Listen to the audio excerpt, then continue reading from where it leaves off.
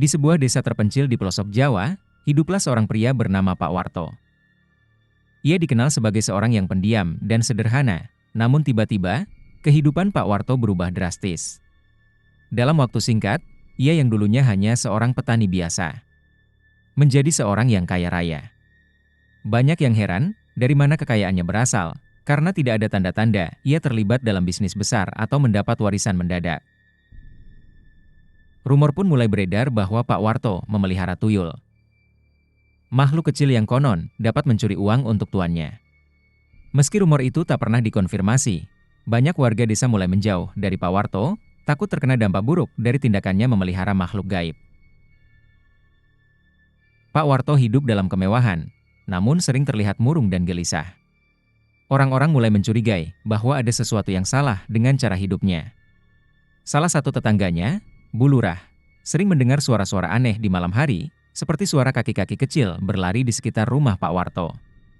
Terkadang terdengar juga suara seperti anak kecil yang tertawa lirih, menyeramkan dan membuat bulu kuduk merinding. Suatu malam, Bu Lurah yang penasaran mencoba mengintip dari balik pagar rumah Pak Warto. Rumah itu terlihat gelap, hanya ada sedikit cahaya dari lampu minyak di dalam rumah. Tiba-tiba, Bu Lurah melihat bayangan kecil melintas di halaman rumah Pak Warto, seperti seorang anak kecil yang berlari kencang. Namun, anak itu terlihat sangat aneh, tubuhnya kecil dengan kepala yang terlalu besar untuk ukuran tubuhnya, dan kakinya seperti tak menapak tanah. Bu Lurah langsung berlari kembali ke rumahnya, napasnya tersengal, jantungnya berdebar keras. Ia tahu pasti apa yang baru saja dilihatnya adalah tuyul yang dikatakan orang-orang. Keesokan harinya, desas-desus tentang tuyul di rumah Pak Warto semakin kuat. Beberapa orang mengaku kehilangan uang tanpa sebab. Mereka merasa rumah mereka telah dimasuki oleh sesuatu yang tak terlihat, dan pagi harinya uang yang mereka simpan hilang tanpa jejak. Kejadian ini terus berulang dan semakin banyak warga yang merasa dirugikan. Mereka mulai resah dan takut. Pak Warto yang awalnya diam, kini mulai terlihat terganggu. Wajahnya pucat dan matanya merah, seperti kurang tidur. Meski kekayaannya terus bertambah, ia terlihat semakin tidak tenang. Suatu hari, ia pergi menemui seorang dukun terkenal di desa tersebut, Mbah Surip. Mbah Surip adalah sosok yang dikenal sebagai orang pintar, bisa berkomunikasi dengan makhluk gaib, dan sering membantu orang-orang yang bermasalah dengan dunia lain. Pak Warto memohon bantuan kepada Mbah Surip. Ia mengakui bahwa ia memang telah membuat perjanjian dengan makhluk gaib, yaitu tuyul, untuk mendapatkan kekayaan. Awalnya, ia merasa beruntung karena kekayaannya bertambah dengan cepat. Tuyul yang dipeliharanya mampu mencuri uang dari orang-orang di desa tanpa ketahuan. Namun, semakin lama, tuntutan tuyul itu semakin besar. Makhluk itu tidak hanya meminta imbalan berupa sesajen, tetapi juga energi hidup dari Pak Warto sendiri. Setiap hari, Pak Warto merasa tubuhnya semakin lemah, seperti ada sesuatu yang menyedot energinya. Tidurnya tidak pernah nyenyak, dan dalam tidurnya, ia sering bermimpi buruk, dikejar-kejar oleh makhluk kecil berwajah pucat dengan tawa menyeramkan. Mbah Surip mendengarkan dengan seksama dan kemudian memberitahu Pak Warto bahwa memutus perjanjian dengan tuyul bukanlah hal yang mudah. Tuyul bukan sekadar makhluk yang bisa diusir begitu saja. Jika tidak diberi imbalan yang sesuai, tuyul itu bisa marah dan menuntut balas. Mbah Surip menyarankan Pak Warto untuk melakukan serangkaian ritual pemutusan perjanjian, tetapi memperingatkan bahwa risikonya sangat besar. Malam ritual itu tiba. Di dalam rumah Pak Warto, suasana sangat mencekam. Angin berhembus kencang, dan suara-suara aneh terdengar dari setiap sudut rumah. Mbah Surip mulai membacakan mantra-mantra, menaburkan bunga-bunga dan membakar kemenyan untuk memanggil makhluk gaib itu ke hadapan mereka. Tiba-tiba, suasana menjadi sunyi. Dari kegelapan, muncul sosok tuyul itu, lebih menyeramkan daripada yang pernah Pak Warto lihat. Tubuhnya kini berwarna kelabu dengan mata yang bersinar merah. Tuyul itu menatap Pak Warto dengan tatapan penuh kebencian. "Aku sudah memberi apa yang kamu inginkan. Tapi kamu ingin memutuskan perjanjian ini? Kau akan menyesal." Suara tuyul itu terdengar melengking di telinga Pak Warto, membuatnya merasa pusing dan mual. Pak Warto memohon ampun, meminta agar tuyul itu pergi dan tidak mengganggunya lagi. Tuyul itu tertawa keras, tawa yang membuat ruangan itu terasa semakin dingin dan menakutkan. Kamu sudah memberiku kehidupan, dan aku akan mengambil sesuatu yang berharga darimu sebagai ganti. Ucap tuyul itu. Mbah Surip terus membacakan mantra dengan keras, memerintahkan tuyul itu pergi dan memutuskan ikatan perjanjian gaib. Tuyul itu berteriak, tubuhnya mulai memudar, tetapi sebelum menghilang, ia menoleh ke arah Pak Warto dan berkata, "Aku akan kembali untuk menagih jiwamu.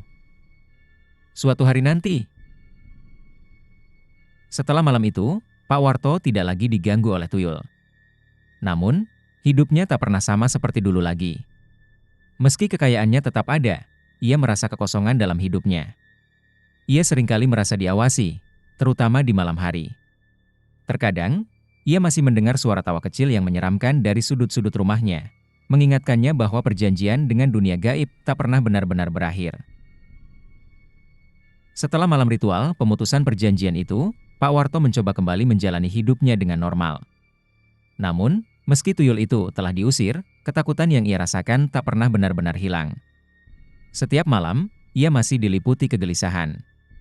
Ia merasakan kehadiran sesuatu yang tidak terlihat, seolah-olah ada mata-mata yang selalu mengawasinya dari balik bayangan. Pak Warto mulai sering jatuh sakit. Tubuhnya semakin kurus, dan kulitnya tampak pucat. Orang-orang desa yang dulu iri dengan kekayaannya, kini mulai merasa kasihan.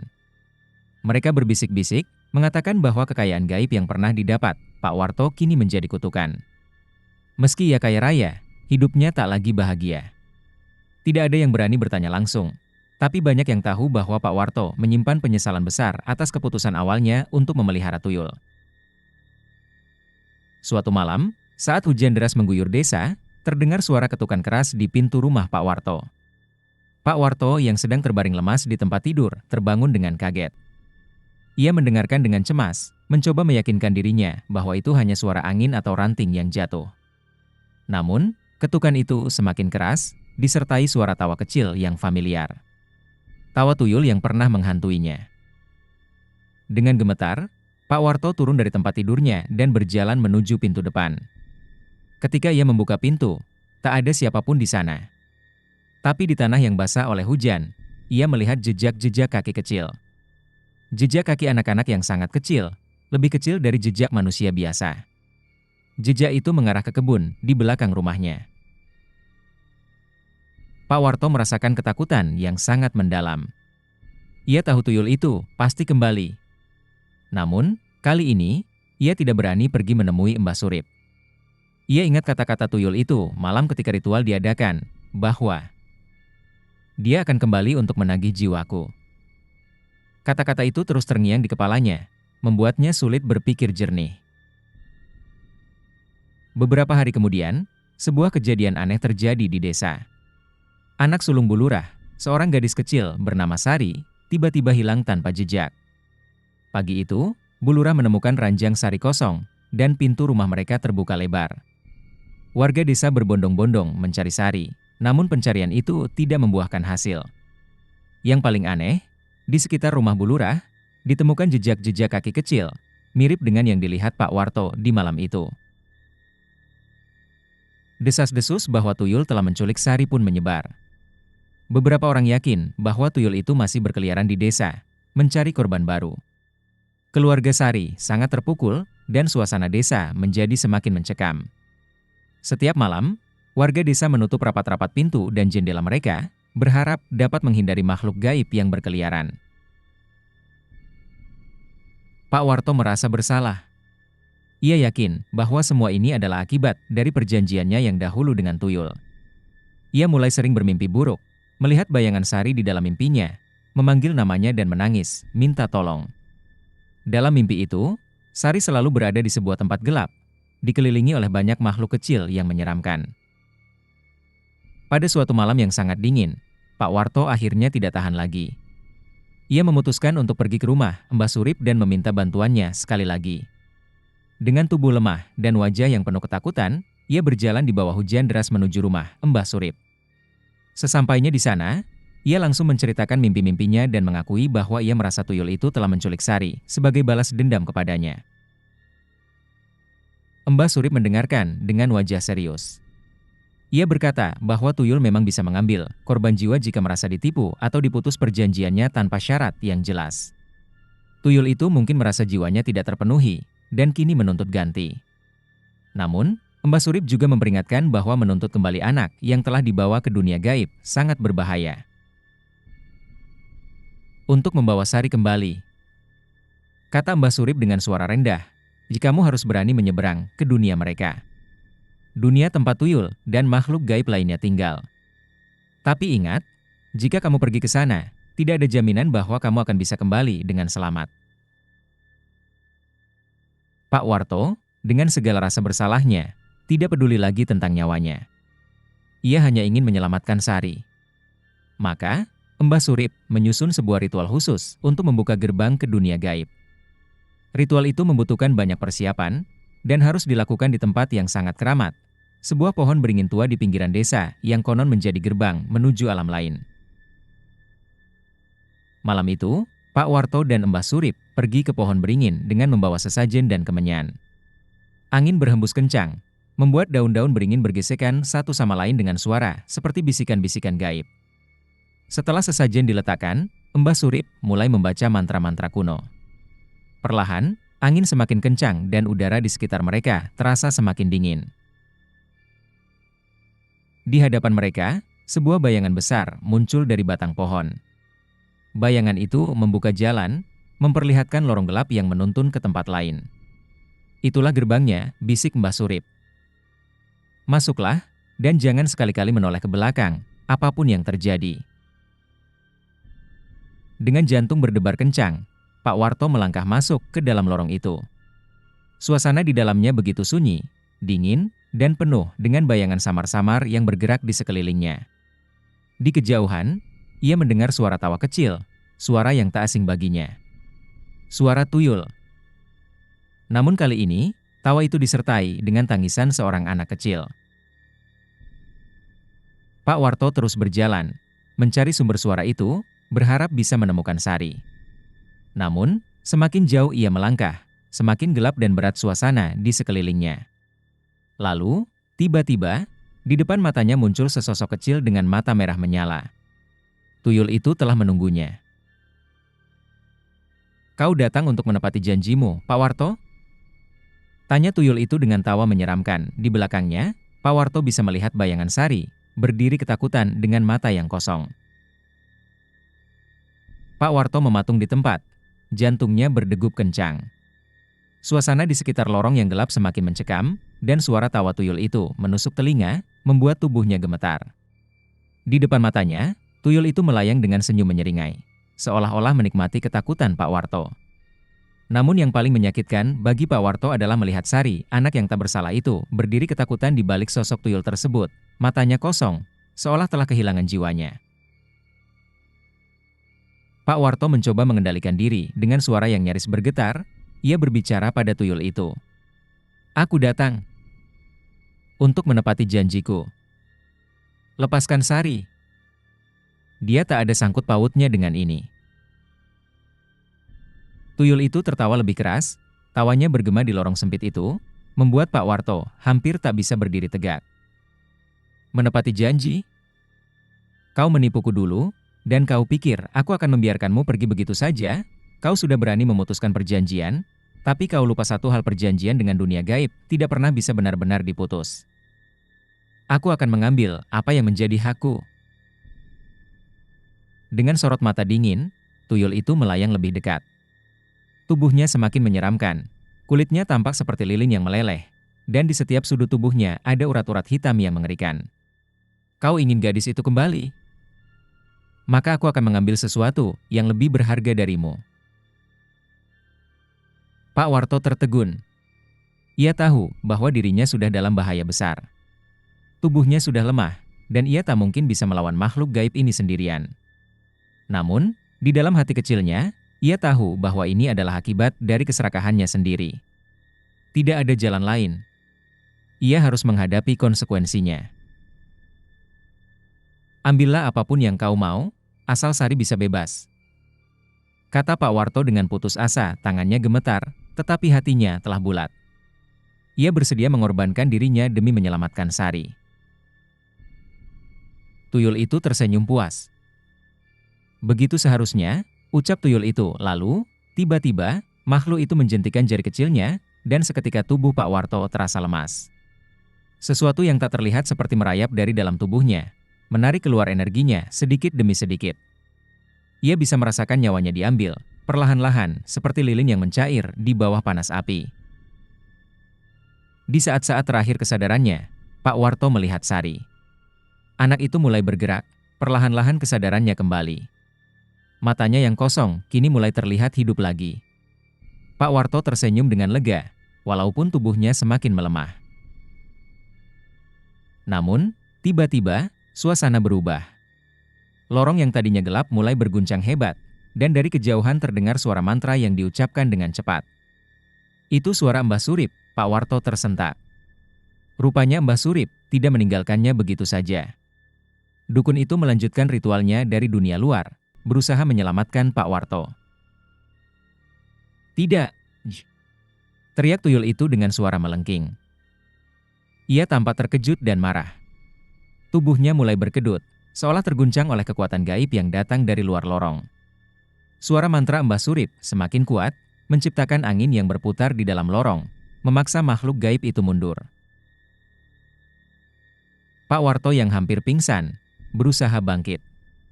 Dengan sisa tenaga yang ia miliki, ia berlari ke arah Sari dan menarik gadis kecil itu ke pelukannya.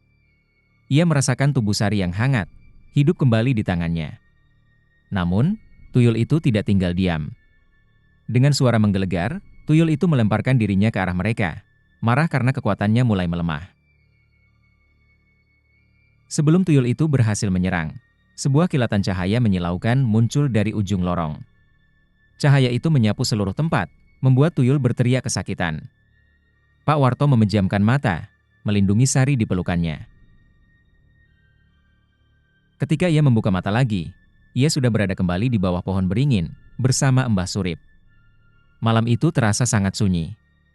Tidak ada angin, tidak ada suara apapun. Sari berada di pelukannya, menangis pelan, tapi hidup. Pak Warto merasa lelah luar biasa, seolah seluruh energinya telah terkuras. Mbah Surip berdiri di samping mereka, memandang Pak Warto dengan tatapan serius. Tuyul itu sudah pergi, tapi tidak selamanya. Dia akan terus mencari cara untuk kembali menagih apa yang dia rasa miliknya. Perjanjian ini hanya bisa dihentikan secara penuh jika kamu benar-benar meninggalkan semua ambisi dan hasratmu pada kekayaan dunia. Pak Warto mengangguk lemah. Ia tahu bahwa hidupnya tidak akan pernah sama lagi. Namun, kali ini, ia sadar bahwa tidak ada harta yang lebih berharga daripada hidup damai, tanpa godaan dari dunia gaib yang penuh tipu daya. Setelah kejadian itu, Pak Warto meninggalkan semua kekayaannya dan memilih hidup sederhana. Ia pindah ke desa lain, jauh dari keramaian, bersama Sari yang kini diasuhnya sebagai anak angkat. Meski hidup mereka tidak mewah, mereka hidup dalam kedamaian. Pak Warto tidak pernah lagi tergoda untuk mencari jalan pintas menuju kekayaan, dan ia berusaha menebus kesalahannya dengan cara yang berbeda. Dengan bekerja keras dan bersyukur atas apa yang ia miliki.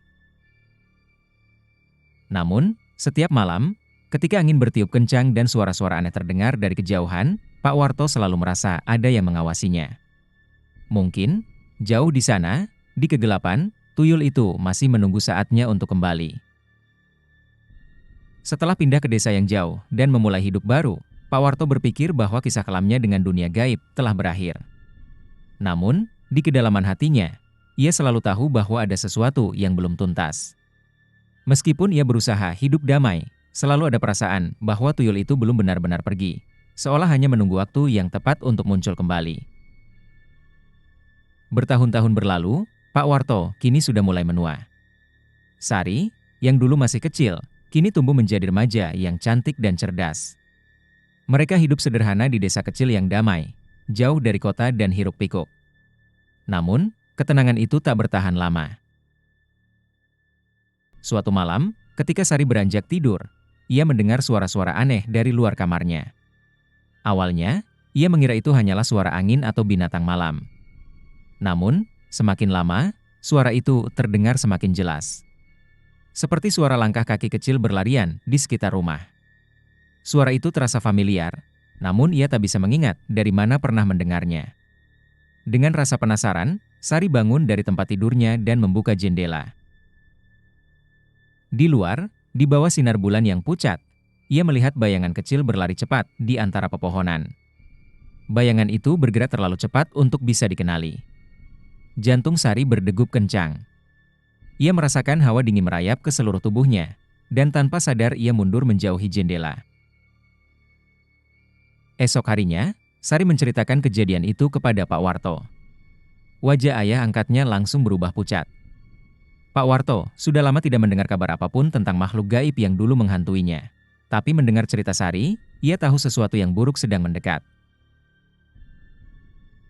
Kita harus hati-hati Sari, kata Pak Warto dengan nada serius. Mungkin dia telah kembali. Sari merasa bingung. Siapa yang ayah maksud? Pak Warto tidak menjawab langsung. Ia hanya menatap jauh ke arah jendela, seolah mencari sesuatu di luar sana. Kemudian, dengan suara pelan, ia berkata, "Makhluk yang dulu pernah kuperbudak untuk kekayaan. Tuyul itu. Sepertinya dia kembali untuk menuntut balas." Malam berikutnya, Sari mulai merasakan ada sesuatu yang tidak beres. Saat ia berbaring di tempat tidur, mendengarkan suara angin di luar, tiba-tiba terdengar ketukan halus di jendela kamarnya. Suara itu pelan, seperti tangan kecil yang mengetuk kaca dengan lembut. Sari menahan napas, merasa ngeri tapi juga penasaran. Ia tidak berani membuka jendela, hanya duduk diam di tempat tidur, berharap suara itu akan berhenti. Namun, suara ketukan itu semakin keras, dan bersamaan dengan itu terdengar tawa kecil yang lirih. Tawa yang pernah ia dengar bertahun-tahun yang lalu, saat tuyul menculiknya dari rumah Bu Lurah. Sari teringat kembali masa kecilnya, bagaimana ia diseret ke dunia gaib oleh makhluk kecil yang menyeramkan itu. Tawa itu membuatnya merinding dan hampir menangis. Dengan gemetar, ia bangkit dari tempat tidur dan berlari keluar kamarnya. Ia menemukan Pak Warto sedang duduk di ruang tamu, tampak gelisah. "Ayah, dia ada di luar." "Tuyul itu," kata Sari, suaranya serak dan ketakutan. Pak Warto menoleh dengan tatapan penuh ketakutan. Ia tahu hari ini akan tiba. Dengan segera, ia mengunci pintu dan jendela, sambil berdoa agar makhluk itu tidak bisa masuk. Namun, di dalam hatinya, Pak Warto sadar bahwa tidak ada penghalang fisik yang bisa menghentikan makhluk gaib seperti tuyul. Malam itu, suara langkah kaki kecil dan tawa menyeramkan terus terdengar di luar rumah mereka. Meskipun pintu dan jendela terkunci rapat, keduanya merasa seolah-olah ada sesuatu yang mengintai mereka dari setiap sudut. Pak Warto mulai melihat bayangan-bayangan kecil bergerak cepat di tepi penglihatannya. Matanya yang sudah lemah seringkali menipunya, tapi ia tahu betul bahwa itu bukan halusinasi. Pak Warto merasa semakin terpojok. Ia tahu bahwa tuyul itu telah kembali untuk menuntut sesuatu yang lebih dari sekadar kekayaan. Ia ingin jiwa. Pak Warto yakin bahwa makhluk itu tidak akan berhenti sampai ia mendapatkan apa yang dianggapnya sebagai haknya. Esok harinya, Pak Warto kembali menemui Mbah Surip yang sudah semakin tua, namun tetap memiliki pengetahuan mendalam tentang dunia gaib. Dengan suara lirih, Mbah Surip memberitahu Pak Warto bahwa ikatan yang ia buat dengan tuyul dulu tidak pernah benar-benar diputus. Ritual yang dilakukan bertahun-tahun yang lalu hanya menghentikan gangguan sementara. Tuyul itu akan terus menuntut haknya sampai perjanjian ditebus dengan jiwa, atau Pak Warto menemukan cara lain untuk menghentikannya. Mbah Surip memperingatkan bahwa satu-satunya cara untuk benar-benar membebaskan diri dari tuyul itu adalah dengan melakukan ritual pemurnian, namun risikonya sangat besar. Pak Warto harus melakukan perjalanan ke tempat asal tuyul itu, ke dunia gaib, dan menutup portal yang menghubungkan dunia mereka. "Ini bukan perjalanan yang mudah, Warto," kata Mbah Surip. "Jika kau gagal, kau mungkin tak akan pernah kembali." Pak Warto tidak punya pilihan lain. Ia tahu hidup Sari dalam bahaya, Dan satu-satunya cara untuk melindunginya adalah menghadapi makhluk gaib itu sekali lagi. Dengan persiapan yang matang dan bimbingan Mbah Surip, Pak Warto bersiap melakukan perjalanan terakhirnya. Pada malam yang gelap, tanpa cahaya bulan, Pak Warto kembali ke pohon beringin tua di pinggiran desa, tempat gerbang dunia gaib pernah terbuka. Mbah Surip memulai ritual pemurnian dengan doa-doa dan mantra, memanggil kekuatan-kekuatan gaib untuk membuka jalan. Perlahan, angin mulai berhembus kencang, membawa hawa dingin yang menakutkan. Di hadapan mereka, lorong gelap yang dulu pernah membawa Pak Warto ke dunia tuyul kembali terbuka. "Masuklah," kata Mbah Surip, "dan pastikan kau menutup gerbang itu dari dalam. Jika tidak, makhluk itu akan terus mengejar." Dengan hati yang penuh ketakutan, namun tekad yang kuat, Pak Warto melangkah masuk ke dalam lorong gelap itu sekali lagi. Di dalamnya, suasana semakin mencekam. Bayangan-bayangan kecil berlarian di sekitarnya, dan di kejauhan, terdengar tawa tuyul yang telah lama menghantui mimpinya. Pak Warto tahu bahwa ini adalah akhir dari perjalanan panjangnya. Entah ia berhasil menutup gerbang itu dan membebaskan dirinya serta Sari dari kutukan ini, atau ia akan terjebak selamanya di dunia gaib. Langkah demi langkah, ia maju, menuju ke tempat asal segala ketakutannya. Pak Warto melangkah semakin dalam ke lorong gelap, merasakan udara yang semakin dingin dan berat, seolah-olah dunia gaib itu sendiri menolaknya. Suara langkah kakinya terdengar bergema, namun ada sesuatu yang aneh. Di sela-sela gema itu, ia mendengar suara langkah-langkah kecil, seperti seseorang atau sesuatu mengikutinya dari belakang. Tawa lirih tuyul masih terdengar di kejauhan, semakin mendekat setiap kali Pak Warto maju. Ia tahu ini adalah ujian terakhirnya. Ia harus menghadapi ketakutannya dan menutup gerbang ini sebelum terlambat. Di ujung lorong, Pak Warto melihat sebuah cahaya samar. Di sana, di tengah kegelapan, berdiri tuyul yang pernah menghantuinya. Tuyul itu terlihat lebih menyeramkan daripada sebelumnya. Tubuh kecilnya memancarkan aura kegelapan yang pekat, dan matanya yang merah menyala seperti bara api. Di sekelilingnya, ada bayangan-bayangan kecil lain. Tuyul-tuyul lainnya yang tampaknya telah menunggu kehadiran Pak Warto. "Kau datang kembali, Pak Warto. Aku tahu kau akan kembali," kata tuyul itu dengan suara yang lebih dalam dan mengerikan. Pak Warto berdiri di sana, menggigil. "Aku datang untuk menutup gerbang ini. Cukup sudah kau mengganggu hidupku. Biarkan aku dan Sari pergi dengan damai." Tuyul itu tertawa kecil. "Damai? Kau pikir bisa lari begitu saja dari perjanjian ini? Kau sudah mendapat kekayaanmu, dan sekarang aku ingin apa yang menjadi hakku. Jiwamu." Pak Warto tahu ini akan terjadi. Ia sudah siap dengan apa yang akan ia lakukan. Mbah Surip telah mengajarinya mantra pemurnian terakhir, yang bisa menutup gerbang dunia gaib ini untuk selamanya. Tapi ada risiko besar. Jika ia gagal mengucapkan mantra itu dengan sempurna, ia akan terperangkap selamanya di dunia gaib ini. Tidak ada yang bisa menghentikanmu selain keberanian dan pengorbanan. Itulah kata-kata terakhir Mbah Surip sebelum Pak Warto memulai perjalanan ini. Dengan tekad yang kuat, Pak Warto membaca mantra yang telah diajarkan. Mantra itu terasa berat di lidahnya. Setiap kata seolah menarik energinya sedikit demi sedikit. Tuyul itu tampaknya menyadari apa yang sedang dilakukan Pak Warto. Wajahnya berubah muram, dan ia mulai melangkah maju dengan marah. "Beraninya kau?" teriak tuyul itu. "Kau pikir bisa menghentikanku dengan mantra itu? Aku akan mengambil jiwamu sekarang." Pak Warto terus membaca mantra, meski tubuhnya mulai melemah. Cahaya dari lorong di belakangnya mulai meredup, menandakan gerbang itu mulai tertutup sedikit demi sedikit. Tuyul itu melompat ke arahnya dengan kecepatan yang menakutkan. Pak Warto tahu ini saatnya.